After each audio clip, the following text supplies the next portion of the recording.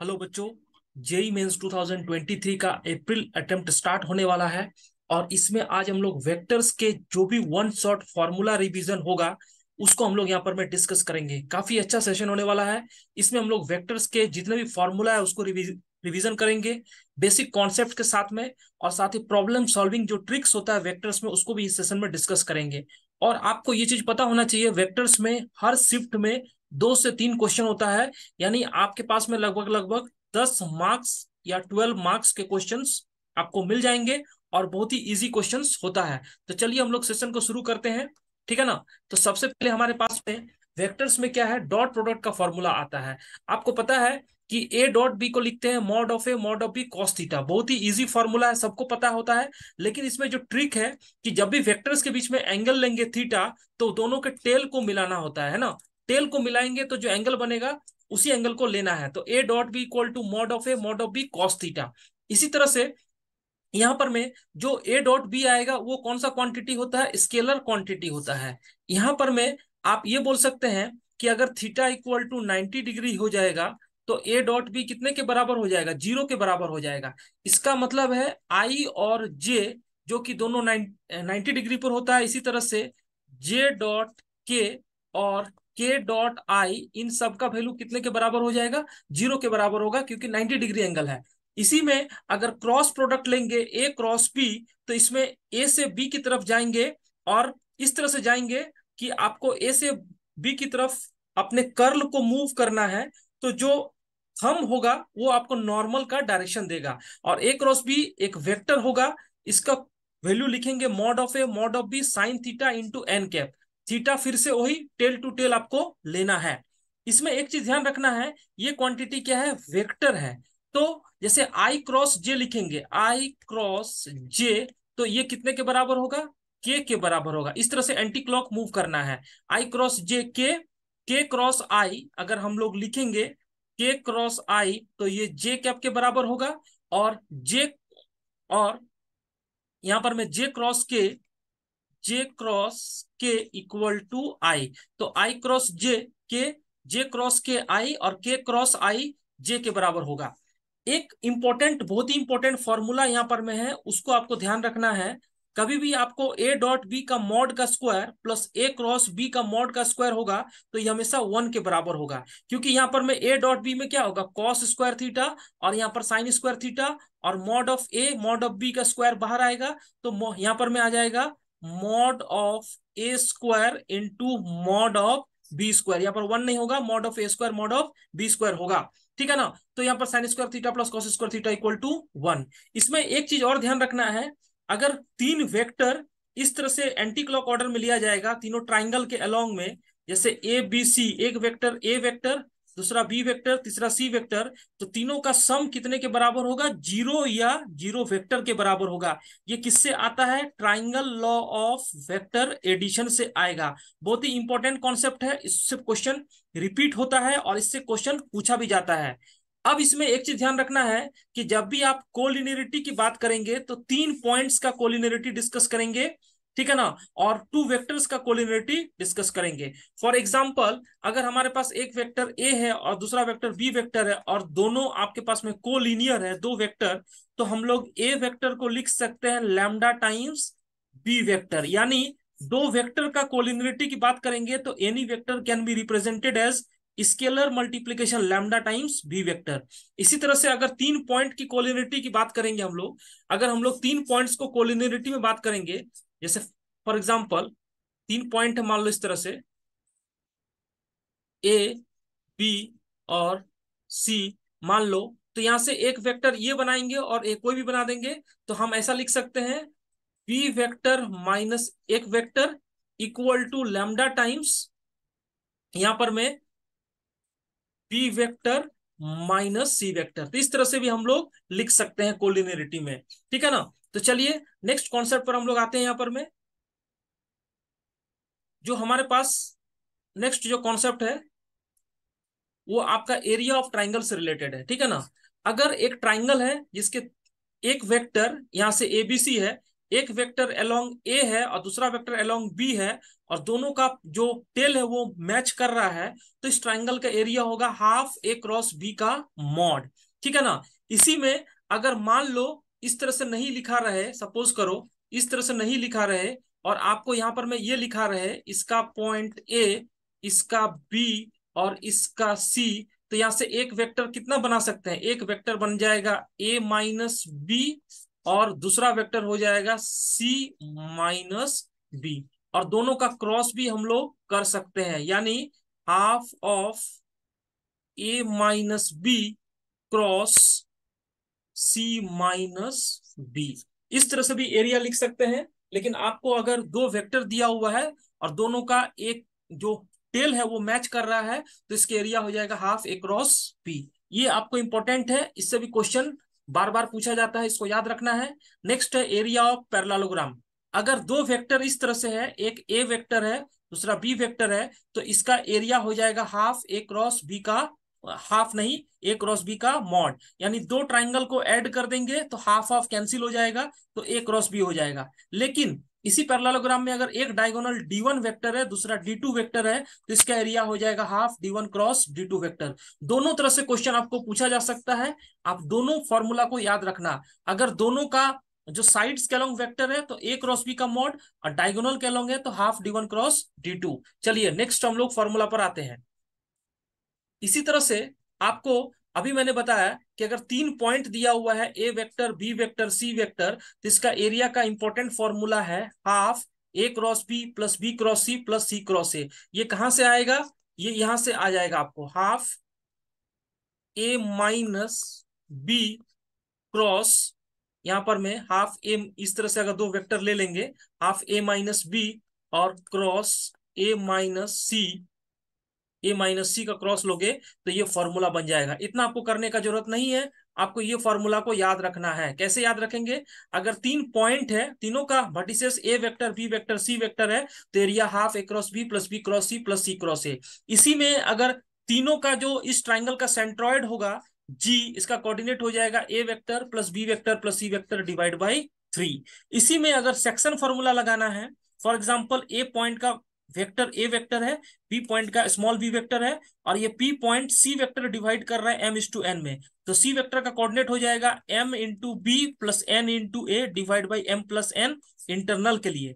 और एक्सटर्नल के लिए क्या करेंगे, एक्सटर्नल के लिए यहाँ पर में माइनस हो जाएगा, यहाँ पर में माइनस होगा, जो कि आप कोऑर्डिनेट ज्योमेट्री में जानते हो। तो इस तरह से हम लोग सेक्शन फॉर्मूला भी लगा सकते हैं, एरिया भी निकाल सकते हैं, सेंट्रॉइड भी निकाल सकते हैं, और जो कोऑर्डिनेट ज्योमेट्री का इंपॉर्टेंट कॉन्सेप्ट है उसको भी यहाँ यूज कर सकते हैं। चलिए नेक्स्ट फॉर्मूला पर हम लोग आते हैं।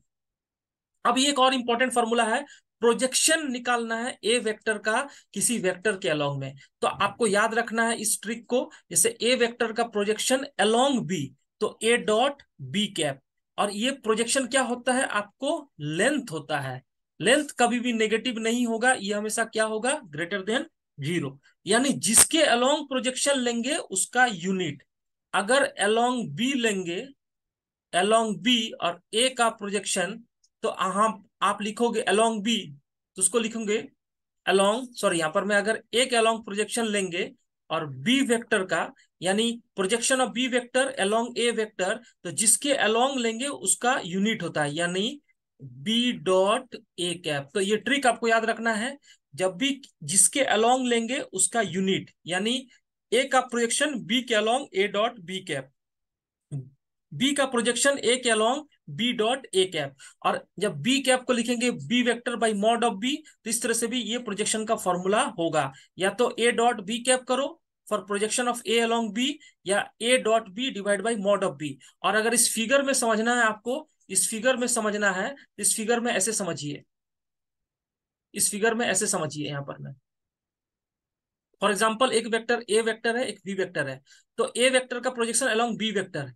यानी जो यहाँ पर मैं ए का प्रोजेक्शन बी अलोंग, ये कौन सा ओपी लेंथ है, ये ओपी लेंथ, ए का प्रोजेक्शन अलोंग बी, तो ओपी का लेंथ हो गया, ये परपेंडिकुलर ड्रॉ कर दिया तो ओपी हो गया ए का प्रोजेक्शन बी का अलोंग। ओपी कितना होता है, अगर ए वेक्टर है तो कंपोनेंट में आपको पता है, फिजिक्स में आप पढ़ते हो, mod of A cos theta, यानी mod of A cos theta. What is cos theta, mod of A cos theta को क्या लिखते हैं, A dot B divide by mod of A mod of B, तो यहां से ये कैंसिल होगा, और A dot B by mod of B B cap, तो ये फॉर्मूला आपको बन जाएगा। तो ये चीज आपको ध्यान रखना है, यानी जिसके अलोंग लेंगे उसका यूनिट आपको निकाल लेना है। इसी तरह से एक और इंपॉर्टेंट फॉर्मूला होता है scalar triple product. Scalar triple product में क्या होता है, जैसे यहाँ पर में एक फिक्स पॉइंट है, एक के अलोंग ए वेक्टर, दूसरे के अलोंग बी वेक्टर, तीसरे के अलोंग सी वेक्टर।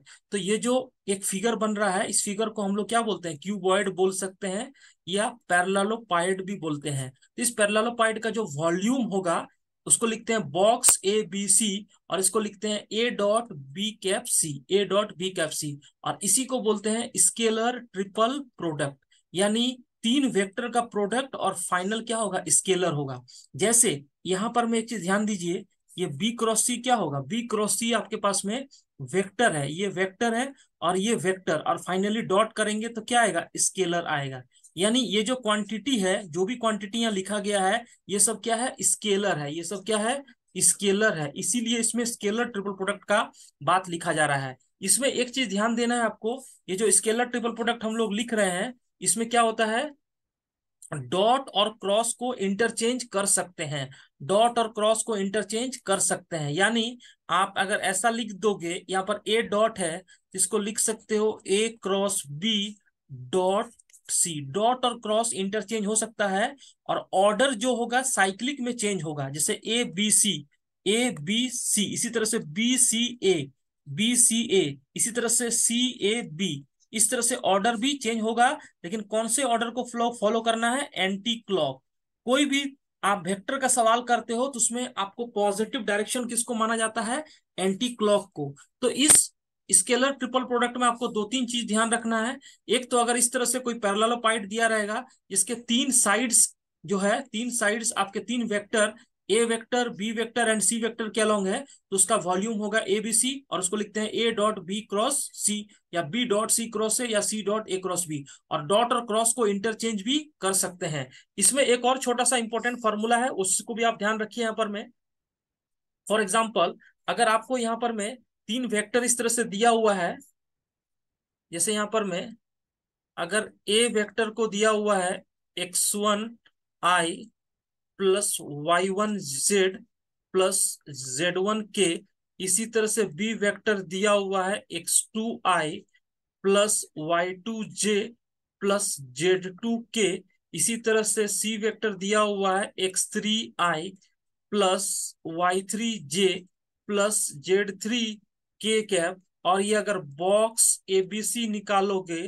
तो बॉक्स एबीसी का वैल्यू हो जाएगा, डायरेक्ट स्केलर होगा, x1 y1 z1, x2 y2 z2, x3 y3 z3, और ये डिटर्मिनेंट निकाल लोगे तो इसका आंसर आपको मिल जाएगा। यानी स्केलर ट्रिपल प्रोडक्ट में ये डिटर्मिनेंट लिखते हैं और डायरेक्ट हम लोग आंसर निकाल लेते हैं। तो स्केलर ट्रिपल प्रोडक्ट निकालना बहुत आसान है। तीनों का कंपोनेंट का डिटर्मिनेंट ले लो, 3 × 3 का डिटर्मिनेंट होगा, उसको सॉल्व कर दीजिए, आपको आंसर आ जाएगा, गारंटेड एक क्वेश्चन आपको मिलता है। चलिए अब इसमें हम लोग कोप्लानरिटी का कंडीशन देखते हैं। जब भी हम लोग कोप्लानरिटी देखेंगे तो कम से कम 4 पॉइंट्स होना चाहिए मिनिमम, कोप्लानरिटी चेक करने के लिए 4 पॉइंट्स मिनिमम। और वेक्टर्स में बात करेंगे तो मिनिमम 3 वेक्टर्स होने चाहिए, क्योंकि 3 पॉइंट्स हमेशा क्या होंगे, कोप्लानर ऑलवेज होगा।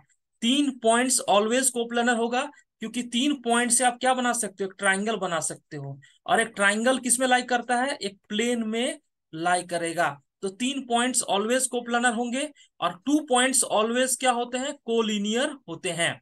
तो यहाँ पर मैं कोप्लानरिटी का क्या कंडीशन हम लोग देख रहे हैं। फॉर एग्जाम्पल, अगर हमारे पास 3 वेक्टर कोप्लानर है तो तीनों का स्केलर कितना हो जाएगा, 0, यानी स्केलर ट्रिपल प्रोडक्ट 0। यानी इस तरह से एक प्लेन में A vector B vector C vector lie करेगा और कोई पैरेललोपॉइड नहीं बनाएगा। तो जब पैरेललोपॉइड नहीं बनाएगा, इसका वॉल्यूम कितना हो जाएगा, 0। जब वॉल्यूम 0 तो एबीसी इक्वल टू 0। इसका दूसरा कंडीशन भी देखते हैं। अगर 3 वेक्टर कोप्लानर होता है तो any one of them can be represented as scalar multiplication of other two, sum of scalar multiplication of other two. यानी ए वेक्टर को लिख सकते हैं lambda times B plus mu times C, जिसमें lambda और म्यू क्या है, scalar है, कुछ स्केलर है, ठीक है ना, और स्केलर है, और ये दोनों एक साथ 0 नहीं होंगे। मैं आपको एग्जांपल दिखा रहा हूं। अगर आपको ऐसा लिखा रहे A vector equal to 2b plus 3c, तो आप समझ जाओ A vector, B vector, C vector क्या है, कोप्लानर है। तीनों क्या है, कोप्लानर है। और तीनों का बॉक्स कितना हो जाएगा, 0 हो जाएगा। यहाँ लैम्डा का वैल्यू 2, म्यू का वैल्यू कितना है 3। तो इस तरह से कॉन्सेप्ट आपको वहां पर में दिमाग लगाना है। अगर इस तरह का रिलेशन आपको दिखता है, any vector can be represented as sum of scalar multiplication of other two, तो ये तीनों क्या हो जाएंगे, कोप्लानर। तो ये कोप्लानरिटी का बहुत ही इंपॉर्टेंट कॉन्सेप्ट है। चलिए नेक्स्ट कॉन्सेप्ट पर हम लोग आते हैं। इसी तरह से आपको वेक्टर ट्रिपल प्रोडक्ट मिलेगा। वेक्टर ट्रिपल प्रोडक्ट का मतलब है तीन वेक्टर का ट्रिपल प्रोडक्ट, और फाइनली क्या मिल रहा है, वेक्टर मिल रहा है। जैसे यहाँ बी क्रॉस सी करेंगे तो क्या मिलेगा, वेक्टर, और एक वेक्टर दूसरा वेक्टर का क्रॉस, तो फाइनली भी क्या मिलेगा, वेक्टर।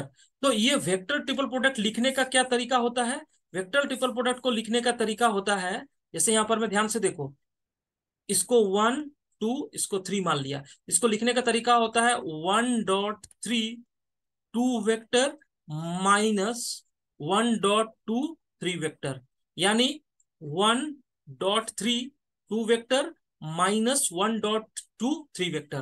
तो इस कॉन्सेप्ट से आप चेक करोगे तो ए क्रॉस बी क्रॉस सी ये इक्वल टू नहीं होगा ए क्रॉस बी होल क्रॉस सी, क्योंकि इसके हिसाब से लिखेंगे तो ये तो आ गया, लेकिन इसके हिसाब से लिखेंगे तो इसको लिख देंगे, ये सी को उधर लेके चलो, तो माइनस सी इंटू ए क्रॉस बी, और जब इसको ओपन करोगे और इसको ओपन करोगे तो दोनों इक्वल नहीं होगा। इसलिए हमेशा ध्यान रखना है कि क्रॉस प्रोडक्ट अगर स्केलर ट्रिपल प्रोडक्ट ले रहे हो, इसमें ऑर्डर क्या होता है, इंपॉर्टेंट होता है। जैसे ए क्रॉस बी क्रॉस सी है, यहाँ ए क्रॉस बी होल क्रॉस सी है, तो यहाँ बक्सा चेंज हो गया। तो जब बक्सा चेंज हो जाता है तो वेक्टर ट्रिपल प्रोडक्ट क्या हो जाता है, चेंज हो जाता है। तो ये कॉन्सेप्ट को आपको याद रखना है, दोनों इक्वल नहीं है।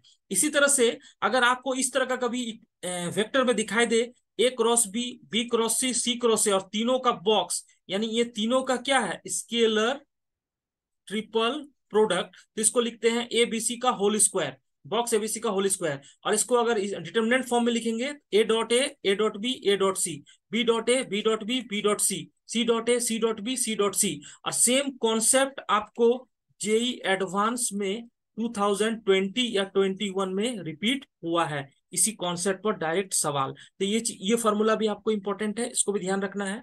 A cross B, B cross C, C cross A, अगर बॉक्स लिखते हैं तो एबीसी का स्क्वायर, इस तरह से हम लोग इस फॉर्मूला को यूज करेंगे। चलिए नेक्स्ट हमारे पास जो फॉर्मूला बन रहा है, ये आपके पास आ रहा है टेट्राहाइड्रन। टेट्राहाइड्रन क्या है, इसके चार फेसेस हैं, ठीक है ना, जैसे चार पॉइंट्स है ओ ए बी सी। तो चार फेस कौन कौन सा है, एक ट्राइंगल आपको ये वाला बन रहा है ओ ए बी, इसी तरह से O B C, A B C, ओ ए सी। तो चार पॉइंट्स, एक ओरिजिन, दूसरा ए वेक्टर, तीसरा बी वेक्टर, चौथा डी सी वेक्टर। तो चार फेसेस से क्या मिल रहा है, टेट्राहाइड्रन मिल रहा है। इस टेट्राहाइड्रन का वॉल्यूम होता है 1/6, ओ से ए एक वेक्टर ए वेक्टर, यहाँ से ओ से C B, B vector C vector, यानी 1/6 क्या होता है, स्केलर ट्रिपल प्रोडक्ट। ये चीज आपको ध्यान रखना है। इसी को अगर आप ऐसा समझो, फॉर एग्जाम्पल ये टेट्राहाइड्रन को अगर हम लोग ऐसे लिख दें, ये ओरिजिन नहीं रहेगा आपके पास। मान लो अगर यहाँ पर में ए वेक्टर है,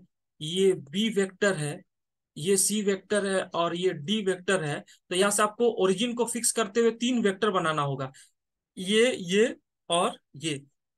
इसका वॉल्यूम हो जाएगा, ध्यान से देखो, एक वेक्टर बना सकते हैं बी माइनस से 1/6, बी माइनस से एक अगला 1/6, डी माइनस ए, और अगला इसी तरह से 1/6 सी माइनस ए। यानी ए को फिक्स करते हुए बी माइनस ए, डी माइनस ए, सी माइनस ए, इस तरह से इसका वॉल्यूम निकाल सकते हैं। और इसमें चार पॉइंट्स, चार फेसेस है ओ ए बी सी, और इसका सेंट्रॉइड के लिए क्या करेंगे, चारों का सम, जैसे A vector, B vector, C vector, D vector, centroid अगर निकालेंगे, ये भी एक फॉर्मूला पूछा जाता है, A vector B vector C vector plus D vector divide by 4, यानी चार पॉइंट्स है सिमेट्री में तो डिवाइड बाई 4।